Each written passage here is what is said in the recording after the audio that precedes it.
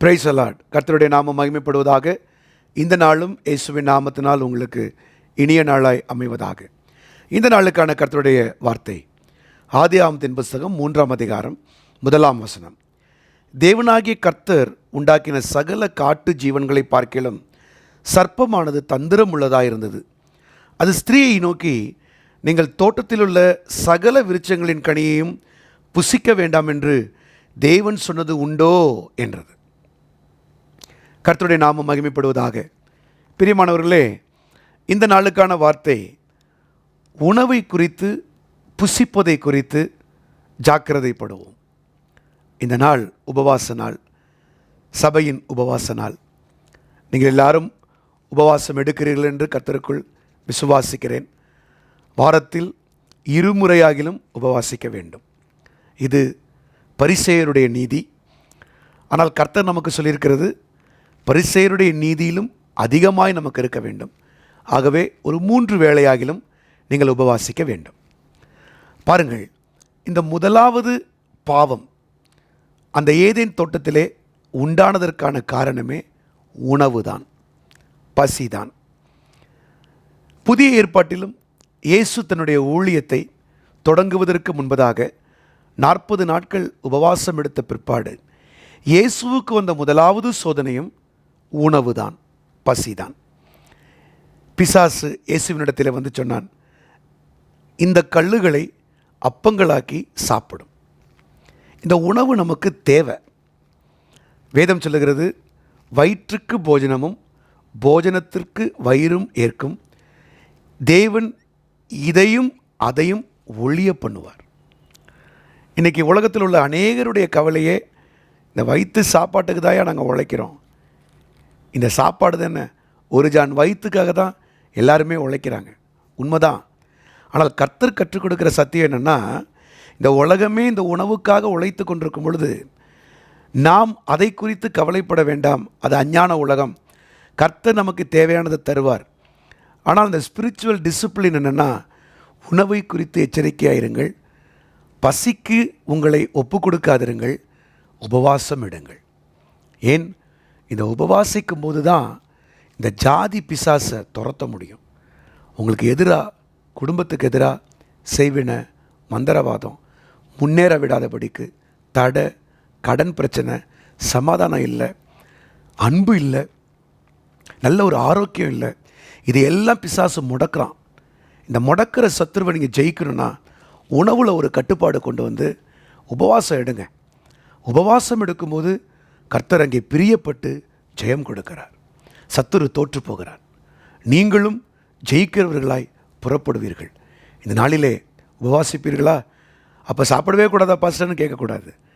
தேவையான அளவுக்கு சாப்பாடை கர்த்தர் தர்றாரு.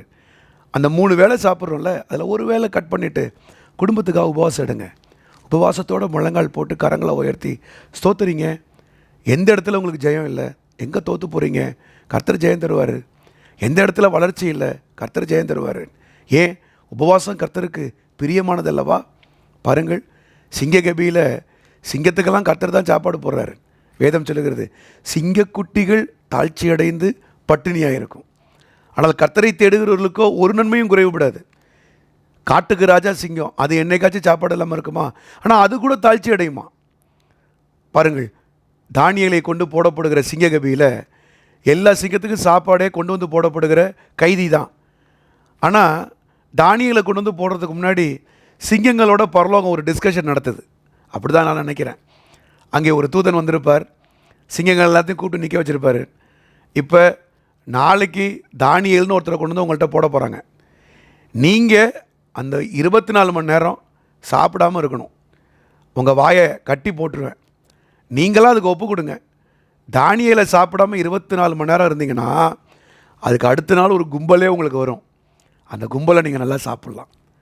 1 day fasting, the following day feasting. இதை அந்த தூதன் பேசுகிறாரு. அப்போ அந்த சிங்கங்கள் எல்லாம் பாருங்கள், தங்களை ஒப்பு கொடுக்குது. தேங்க்யூ, ஒரு நாள் நாங்கள் ஜாலியாக இருக்கிறோம், அமைதியாக இருக்கிறோம், எங்கள் வாயை நாங்கள் கட்டிக்கிறோம், உபவாசம் எடுக்கிறோம்.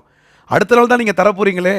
ஆம், ஒரு சிங்கமே ஒரு தூதனுக்கு தன்னை கீழ்ப்படுத்தி அது காத்திருக்கும் போது ஏன் நாம் இருக்கக்கூடாது? தானியேலுக்காக ஒரு நாள் ஃபாஸ்டிங் இருந்தாங்க. அந்த சிங்க கூட்டங்கள் எல்லாம் அடுத்த நாள் அவங்க எதிர்பாராத பெரிய நன்மை கொடுக்கப்பட்டுச்சே. உங்களுக்கு இந்த நாளில் கர்த்தர் சொல்கிறாரு, ஃபாஸ்டிங் எடுங்க, குடும்பமாக எடுங்க. தகப்பன், தாய், பிள்ளைகள் உங்கள் குடும்பத்துக்காக ஃபாஸ்டிங் எடுங்க. ஜெயத்தை கர்த்தர் கொடுப்பார். எந்த காரியமாக இருந்தாலும் தேவனால் கூடும். அசாத்தியமானவைகளை கர்த்தர் சாத்தியப்படுத்துவார். பசியோடு இருந்து உணவை வெறுத்து தேவ சமூகத்தில் தாழ்த்தும் பொழுது கர்த்தர் உங்களுக்கு இரக்கம் பாராட்டுவார். ஆம் பிரியமானவர்களே, உணவிலே ஜாக்கிரதையாக இருப்போம். உபவாசம் எடுக்க வேண்டிய நேரத்தில் உபவாசம் எடுப்போம்.